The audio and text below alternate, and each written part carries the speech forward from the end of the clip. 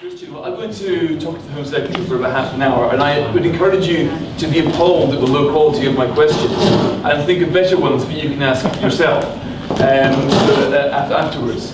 Now, it's actually a very good day to be speaking to you, Home Secretary, not because of your speech today, but we had this morning a report out about the extent of modern slavery in Britain, and it's strange that something which, you know, lots of people might not have believed existed 4 to 5 years ago is now being cast into incredibly sharp relief. I'll read you some figures here. Last year there were 1,700 people of suspected modern slaves sent to the National Referral Mechanism, which is up almost 50% on the year. If anything, this is an underestimate because it's very difficult to work out if people regard themselves as slaves or have been exploited. 40% of these were involved in sexual exploitation, almost all of them were women. 3/4 of them were EU citizens, which shows how difficult border control can be in playing a role in here. Romania was top of the list for the 3rd year running. And it's, the more we discuss this, the greater the problem seems to be. So the first question I'd like to ask you, Home Secretary, is do you think this problem is getting worse, or our understanding of it and our visibility of it is getting better? Well, I think first of all it is undoubtedly the case that our understanding of it and our visibility of it is getting better. And I think that's partly what we see reflected in those NRM figures. And we've seen an increase in the referrals to the National Referral Mechanism over the last couple of years. I think as people have actually identified, become more aware of this issue. And I think the work that the Centre for Social Justice has done with the report that it produced really brought into sharp focus for people this is an issue. And obviously the government taking it up with the Modern Slavery Bill means that there is a much greater understanding out there of the problem. But you said yourself, Fraser, I think these figures... I'll continue and hopefully this will... I think these figures don't reflect, sadly don't reflect, the true extent of the problem. And you talked about people coming in, being brought in from other EU countries. Of course, what we also see is people being trafficked within the UK, people being enslaved within the UK, and nobody would think about it. Everybody thought slavery was abolished years ago, but it is happening under our very nose, and that's why we're determined to do something about it. And I think the reaction that we saw in the hall today when Christian and the panel were talking about this showed that as a party we're determined to do something about it. With increasing regularity, it seems, we're seeing stories about, you know, the refugees that were found in Tilbury docks. Oh, this is mine, is it? Okay. Sorry. There were people found in Tilbury docks. One of them went on to die. There are people, we saw some, I think it was Afghan Shias who were, again, seeming to be smuggled in. We're seeing people basically coming in here, but not, well, slavery and human trafficking is part of it, but also the conflicts around the world, in Libya as well, that you're getting increasing amounts of desperation. And do you think to what extent that the conflicts around the world are actually creating more people who go into the hands of human traffickers, and they tend to want to come to Britain as a destination? We tend to be a magnet as a country for people seeking a new life. I mean, that's a good thing in a way, but it's a problem if you're the Home Secretary. Well, I think, it's important to recognise that we're looking at the sort of experience that you're talking about. I think we're seeing a number of different types of activity.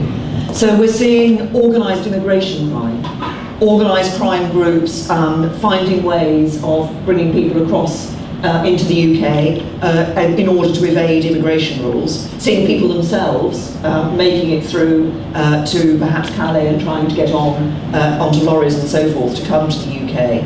And then of course we're seeing the organised crime groups involved in the human trafficking and bringing people into slavery in the UK. Just a point, you mentioned that we seem to be a magnet for this. Yes, we do, we are a recipient country. So are other countries as well. Earlier this year I visited Israel.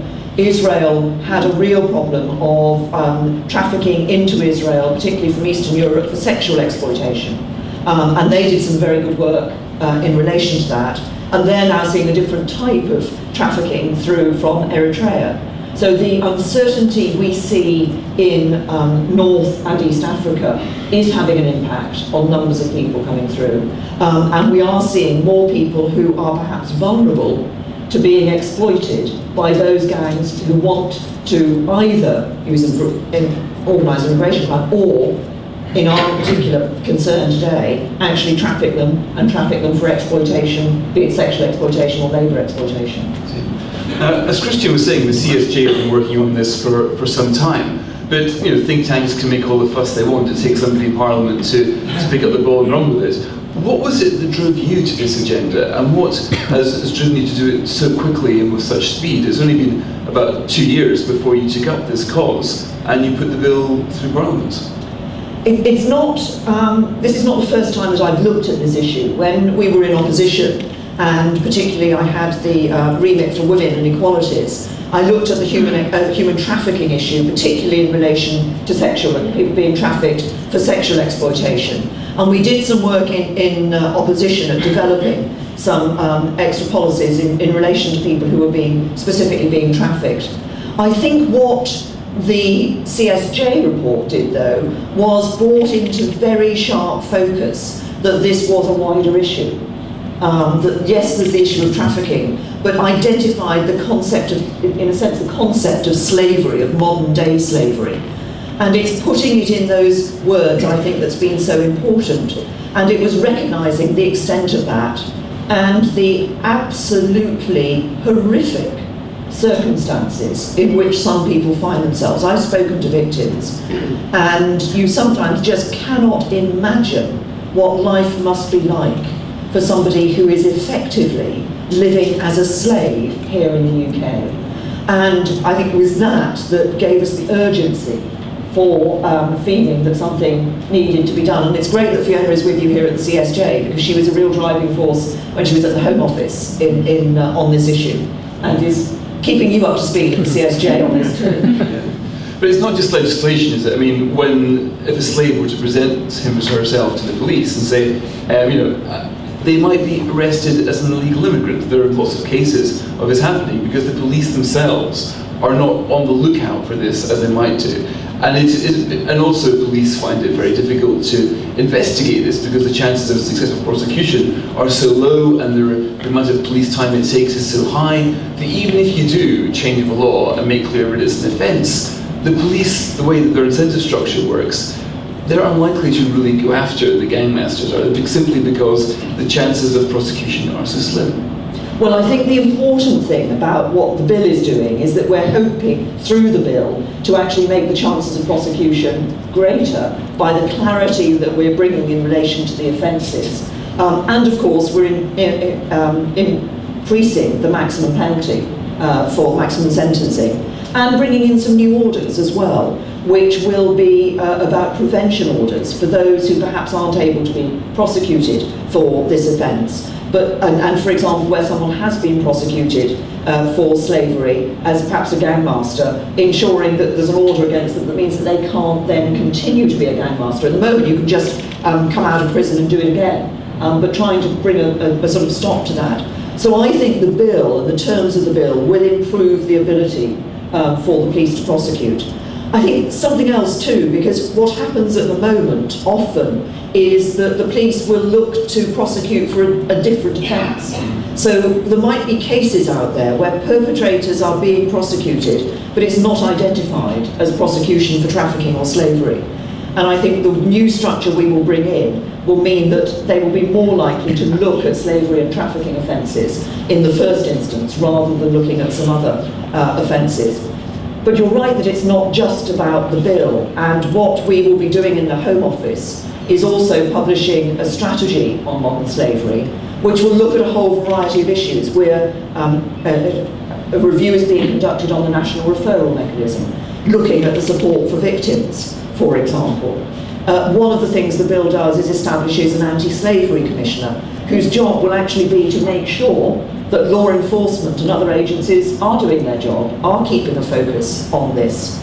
And I think just the fact that we've raised the awareness will mean that those who are involved in identifying victims, in potentially investigating them and prosecuting them, will be more aware of the opportunities. And it was great for Caroline Hockey to be on the panel this morning to be able to talk from the barrister's point of view of actually successful prosecutions and how it has been able to bring some of these perpetrators to justice. So what can the government do to protect the victims of modern slavery, and what are the challenges you've got to overcome?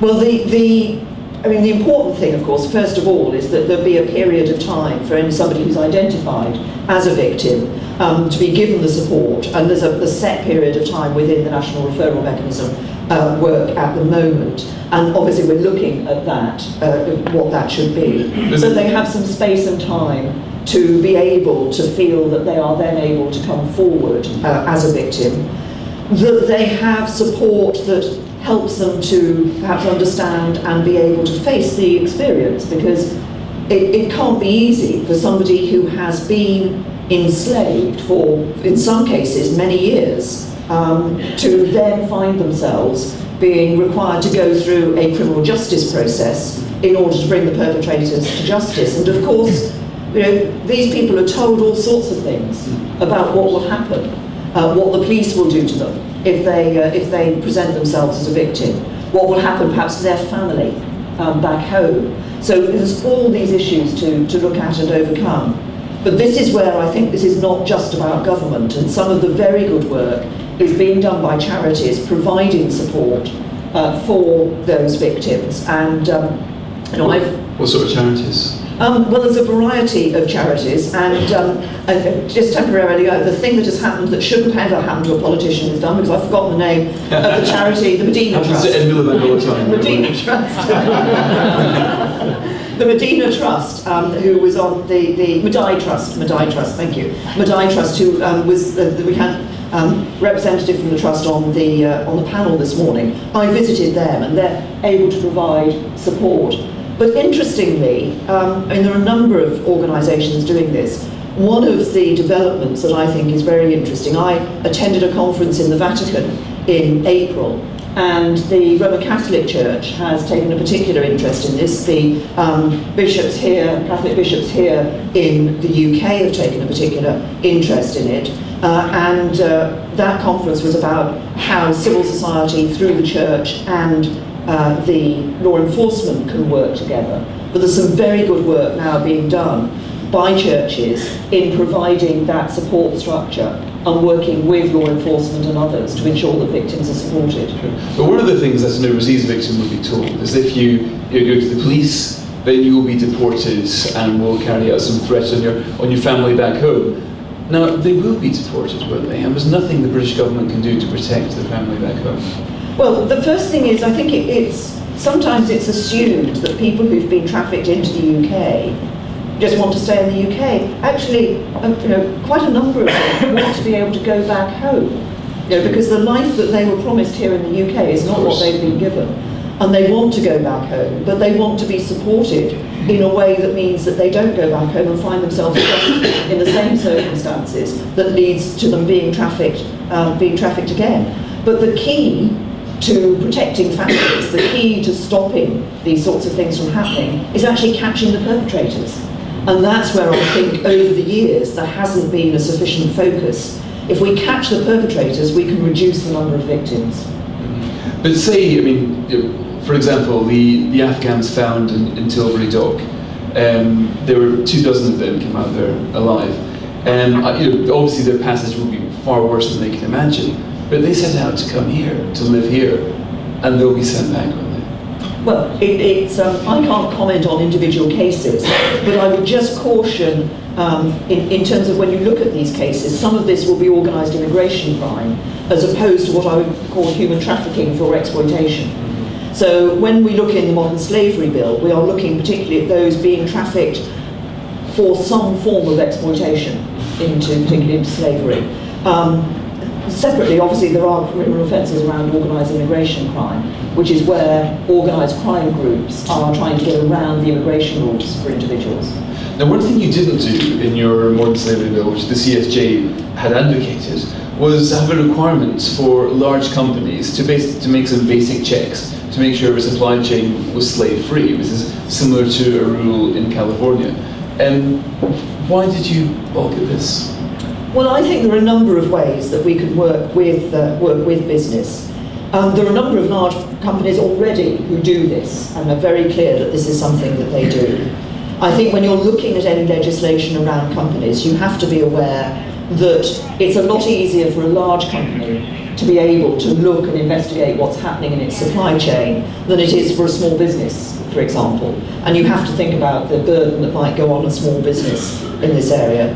But what we are doing is working with businesses, bringing them into the Home Office. Karen Bradley, the minister who's responsible for modern slavery, who was also on the panel this morning, is working with a number of businesses and representative organisations of businesses, and looking at what we can do on a voluntary basis, encouraging businesses to ensure that they do accept this responsibility. They already have responsibilities in terms of corporate social responsibility on human rights, and of course this is an issue that fits slap bang into that definition. Sure, so in other words, you say you want to achieve voluntarily what the Californians are doing through legislation. I think there is a lot that we can achieve. As I say, there are already some requirements on companies in relation to corporate social responsibility on human rights. But what we're talking to companies about is what we can achieve voluntarily with them at the moment. But these issues are ones that we continue to look at, and I would just say that I'm very clear that we are making a major step in bringing this bill forward. It's the first of its kind in Europe. I hope others will follow what we're doing.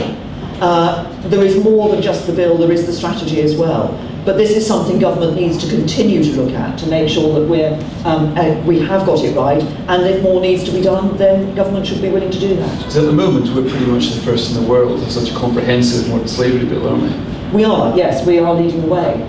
And that is, I think that's something not just that we can be proud of, that in government we can be proud of, but actually the UK should be proud that we're doing this. But if you think that the challenge in terms of the number of people potentially involved as victims in this in the UK is significant, just think of how difficult it is around the world. And obviously one of the things that I think we look to do is how we can also encourage organisations working in those countries which might be originating countries for people coming into the UK. And so the Home Office is looking, for example, at how we can work within the Commonwealth, where some Commonwealth countries will be originating countries, to try to work to ensure that people there understand what it is when the person turns up in the village and promises the world to somebody who can just come into the UK, that actually their world will probably be a very dingy back room with men visiting them constantly day and night for sexual exploitation. Now onto a related issue, immigration. Last year, Tory conference had a slogan, crime down, immigration down, both good boasts. Now it's slightly less succinct. It's crime down, immigration down from the peak under Labour. This suggests, is it not, that immigration has not been going well as recently as you'd hoped originally? Well, what it says is that where we can control immigration, we have been, and net migration from outside the European Union is down to the levels of the 1990s. But of course, as I said in my speech today, European free movement rules mean that we're not able to exercise as much control in that area, and we have seen increases in people coming to the UK from the European Union. Partly, of course, that's a function of the fact that our economy is growing more strongly than others in Europe. So that is an attraction for people to come to look for work. But we have been working on those aspects of people coming into the UK from the EU, where we can make some changes. We're working with Ian Duncan Smith on changing the qualifications for benefits for example, to tighten up on that. That's something some other European countries are now looking at. They're looking at what we've done to see if they could do that as well. So we're doing what we can in that area, but we have had, in terms of net migration from outside the EU, it is down to the levels of the 1990s. Sure, but the pledge which your party made at last election was to get immigration down to tens of thousands. Now, at the last election, net immigration was 244,000. At the last count, is 243,000. So, does this not, as you say, I mean, from outside the EU has gone down a lot, but that has been matched entirely by an increase in immigration from the EU. So is it not the case for as long as we are in the EU, there is no realistic promise that a government can make about net immigration levels because we simply don't control it? Well, of course, as I've just said, we can control far more of the immigration system in relation to countries outside the EU than we can for countries inside the EU.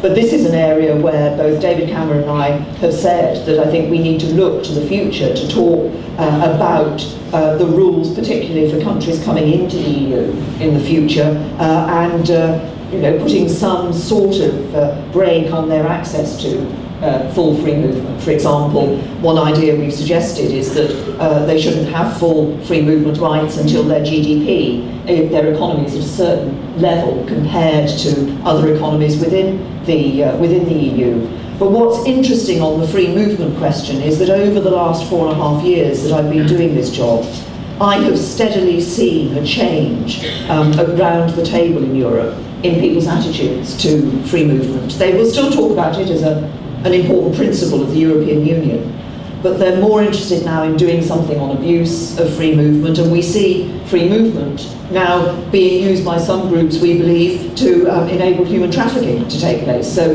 this picture is becoming more complicated in terms of the abuse of free movement. So we are doing more on that. And there's a growing feeling, I think, among others in Europe, that this is an issue they need to look at because it is being abused and because of the problems that are being generated. So when the time comes to renegotiate your EU membership, then free movement is one of the things that could be under discussion? Well, you'll have to wait and see when what we say about what we want to do in terms of negotiation, but we have already said that we think free movement is an area where there needs to be change in future. And given that the last immigration's at almost 243,000, is it safe to say that the target of tens of thousands is not going to be hit by the election? Well, I'd like to keep the tens of thousands remaining as an objective because I think it's important that we constantly challenge ourselves to ensure that we're doing everything we can in the immigration system. But not by the election? I have an objective of the tens of thousands. I want to keep working on the immigration system to ensure that we're doing all that we can. Because with immigration, what I learned at a very early stage is you can't make one change and just leave it.